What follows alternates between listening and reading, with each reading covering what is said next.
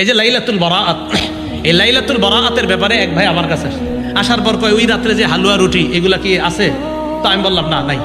তা ওই ভাই আবার প্রশ্ন করলেন, ওই রাতে হালুয়া রুটি বেজি বানানো হয়, সাপ বানানো হয় রুটি দিয়া, আরো অনেক আকৃতি, ঘোড়া, বাঘ, ভাল্লুক, এগুলা ঠিক? আমি না, ঠিক না। তো ওই রাতে যে গোসল করলে মাথার পানির চুল পড়লে, মহিলাদের চুলের এই পানিগুলো পড়লে প্রত্যেক ফোটায় ফোটায় নাকি ঝরে যায়, মুকসুদুল মুমিনিন না আরো কিছু বইয়ের নাম লেখছে, এইগুলাতে আছে, এগুলো ঠিক? না, এগুলো তো ঠিক না। বলতে বলতে হঠাৎ আমারে বলে ফেলতেছে কি, আচ্ছা লাইলাতুল বারাত যে এটা ফজিলতের রাত, এটা ঠিক না? আমি কই হ্যাঁ এটা ঠিক।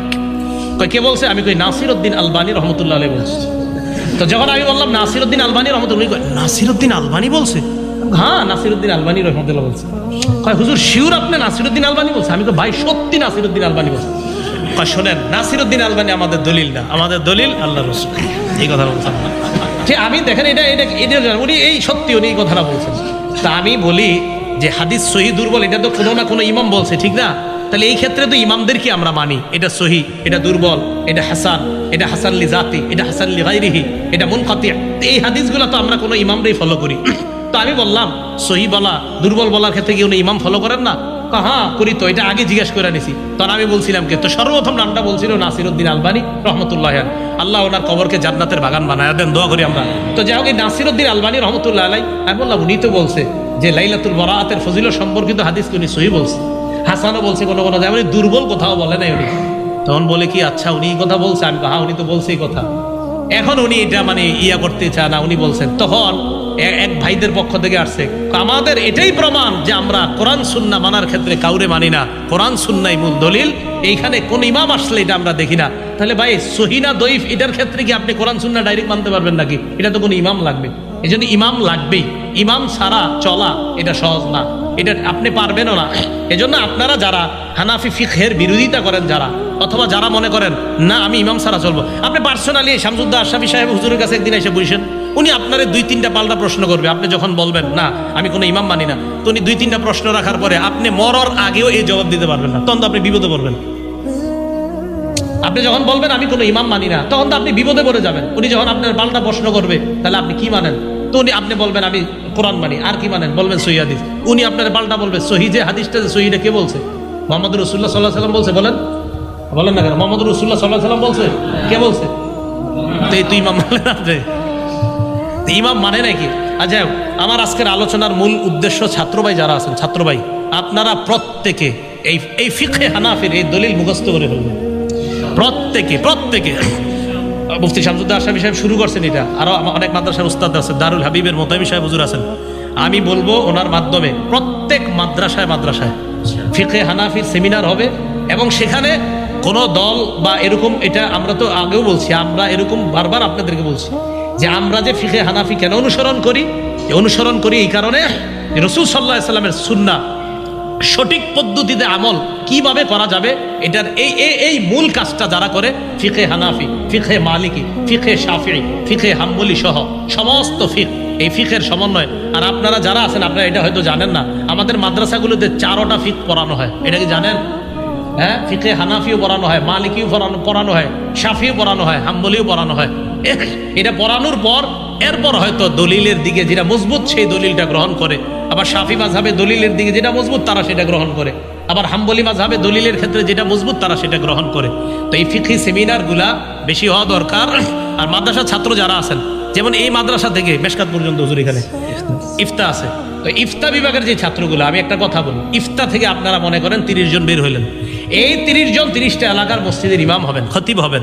আপনারা মোহাব্বতের সাথে ফিকহে হানাফির এই বিষয়গুলা, এটা কেন এখন প্রয়োজনীয়তা দেখা দিয়ে গেছে, আপনারা এই বিষয়গুলো বাস মুখস্থ, আপনি কাউরে অ্যাটাক করা দরকার নেই, আপনি শুধু বলবেন আমি কেন এইভাবে পড়ি, মুসলিম শরীফে আছে, বুখারী শরীফে আছে, নাসাইতে আছে, ইবনে মাজাহ আছে। তাহলে এইগুলা যদি থাকে, তো আমার আর আপনার মাঝে শত্রুতাটা কেন, কে শত্রুতাটা করলো? এটা নিয়েও আশা করি উনি একটা কনফারেন্স করবে যে আমাদের মাঝে শত্রুতা শুরু হলো কোত্থেকে, আমরা যদি সবাই সঠিক থাকি, শত্রুতাটা কোত্থেকে আসলো? না এটা ঠিক না। তাদেরকে বস ছুড়ে চ্যালেঞ্জ ছুড়ে দাও। এই চ্যালেঞ্জ ছুড়া কিন্তু ফিকহে হানাফি মাযহাব থেকে শুরু হয় নাই। ইতিহাস খুঁজলে দেখবেন এই চ্যালেঞ্জ বলার অভ্যাস এটা আমাদের থেকে শুরু হয় নাই। এটা কোত্থেকে শুরু হয়েছে? 150 বছর আগে ইতিহাসে যদি যান তখন দেখবেন এটা কোত্থেকে শুরু হয়েছে।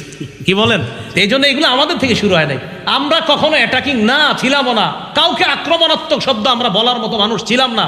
আমাদেরকে প্রথমে 13 বছর শুধু আক্রমণ করছে, পরে 10 বছর জবাব দিছে। বুঝলেন না? নবীজি 13 বছর আক্রমণ সহ্য করছে, পরে 10 বছর জবাব দিছে। আমাদেরকে প্রচুর আক্রমণ করা হয়েছে, সহ্য করছে, কিচ্ছু বলে নাই। আমি নিজে দেখছি আসাদ গেট মসজিদে আমি 11 বছর তারাবি পড়াইছি। আসাদ গেট নিউ কলোনি মসজিদে 11 বছর তারাবি। 20 বছর আগে আমি দেখছি এই ছোট ছোট লিফলেট বিতরণ করতেছে, ছোট ছোট লিফলেট কারা জানি বিতরণ করে, কি চ্যালেঞ্জ দিয়ে দিলাম যে এত রাকাত এত, আচ্ছা নাম বললাম না, নতুন করে যাও যে তারাবিজে, আচ্ছা যাও তারাবিজে 8 রাকাত চ্যালেঞ্জ দিয়ে দিলাম, এরকম লিফলেট মুসল্লিদের হাতে হাতে দিচ্ছে। আমি নিজে দেখছি যে তারাবি 8 রাকাত চ্যালেঞ্জ ছুঁড়ে ছুঁড়ে এই লিফলেট বিতরণ করছে। তো লালমাটিয়া মাদ্রাসা পাশে ওলামায়ে কেরাম ওনারা এতটা না, হারে এগুলো কি করতেছে এইভাবে যে বিতরণ করছে, মানুষ 20 রাকাত তারাবি পড়ে। এই লিফলেট পাওয়ার পর অনেক মানুষ নতুন করে আপনার 20 রাকাত ছেড়ে দিল, ছেড়ে দেওয়ার পর 8 রাকাত শুরু করলো। এখন আমি বলি যদি এই 20 রাকাত সুন্নাহ মোতাবেক হয়, যদি এই 20 রাকাত প্রমাণিত সুন্নাহ হয়, তাহলে একটা লোককে আপনি কেন 20 রাকাত থেকে 8 রাকাত বানাবেন?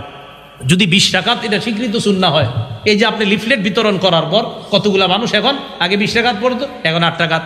এবং আশ্চর্য হবেন গত 2 বছর আগে যে কোনো একটা টেলিভিশনেরও ফতুয়া এসে গেছে তারাবি না পড়লেও কোনো সমস্যা নেই, না পড়লেও কোনো সমস্যা নেই। 8-এর থেকে কিন্তু 4-এ আসছিল, গত 5 বছর আগে 4 রাকাতে আসছে 8-এর থেকে, এটা জানেননি আপনারা? 8-এর থেকে 4 রাকাতে আসছে গত 5 বছর আগে। গত 3 বছর আগে আবার এই 4ও এটা হয়ে গেছে, বাদ হয়ে গেছে। না, এগুলো না পড়লেই কিছু হয় না। এই জন্য মানুষকে আমল থেকে দূরে রাখার এটা জরুরত কি বলেন, এটার ফায়দা কি? দূরে রাখার তো কোনো দরকার নাই।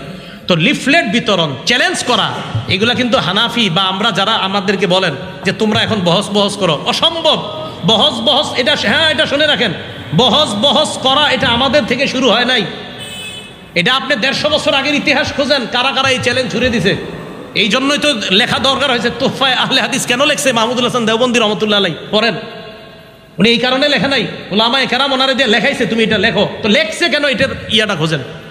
আমি আহলে হাদিসকে কটাক্ষ করছি না, কিন্তু উনি এটা কেন লেখলেন, এই কেন লেখার ইতিহাস খোঁজেন, খুঁজলে পাবেন কারা বহস বহস শুরু করছে পৃথিবীতে, এই উপমহাদেশের মধ্যে। তো যে বিষয়টা বললাম, আমরা কাউকে কটাক্ষ করবো না, কাউকে অ্যাটাক করবো না, কিন্তু এই যে ছাত্র ভাই যারা আছেন আপনারা কিন্তু ভুল পথে পা বাড়ায়েন না। এই যে আমি ফিকে হানাফির দলিল দিলাম, ছাত্রদের থেকে যদি কারো এরকম থাইকা থাকে, না আপনার আমার এরকম, আপনি আমার ঠেকান আটকান, আপনি আমারে বলেন কোন আমলটা আমি দলিল ছাড়া করি। যদি আমি দলিল ছাড়া না করি, তা আপনি এখান থেকে পড়াশোনা করার পর আপনার যেন এমন মানসিকতা তৈরি না হয় যে হুজুর আমি বিদেশ যাওয়ার নিয়তে একটু অন্য জায়গায় যাবো। কি জায়গায়? যে আমি অন্য কোনো প্রতিষ্ঠানে যাই বিদেশ যাওয়ার নিয়তে। তো যাওয়ার পরে আপনি মাশাআল্লাহ আম করে শুরু করছেন বলা, আপনারা ঠিক নাই, সঠিক পথে নাই। তো এতক্ষণ আমি যে যা বললাম এটি কি পথে বললাম? ইমাম বুখারী রহমতুল্লাহ আলাইহি হাদিসের আবিষ্কার করে নাই, উনি হাদিসের সংকলন করেছেন। ইমাম মুসলিম রহমতুল্লাহ আলাইহি হাদিসের সংকলন করেছেন। আবু দাউদ, নাসাই, তিরমিজি, ইবনে মাজা ওনারা হাদিসের সংকলন করেছেন, আবিষ্কার না। ঠিক ইমাম আজম আবু হানিফা রহমতুল্লাহ আলাইহি 40 জন সদস্য নিয়ে উনি কোরআন সুন্নাহর একটা সুবিন্যস্ত, কি বললাম শব্দটা, সুবিন্যস্ত সংকলন, সমাধান, আমি তো এইভাবে বলি, কোরআন সুন্নাহর সমাধানমূলক সুবিন্যস্ত সংকলন করেছেন। এটা হলো ফিকহে হানাফি।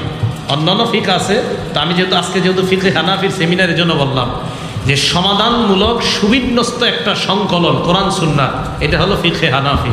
এটা নতুন কোনো ধর্ম বা এরকম কিছু না, চলে আসা জিনিসকে সংকলন করা। তো যেমন আমাদের মাদ্রাসাগুলো, এই মাদ্রাসাও বক্তব্য বিভাগে পড়ানো হয় নামাজের ভিতরে এবং বাহিরে 13 ফরজ পড়ানো হয় না, নামাজের বাহিরে 7 ফরজ। হ্যাঁ, তো অনেকে অভিযোগ বলে এগুলো কোথায় পাইছে? সব কোরআন সুন্নাহ। নামাজের বাহিরে 7 ফরজ, ভিতরে 6 ফরজ। নামাজের বাহিরে 7 ফরজ, 1 নাম্বার শরীর পাক।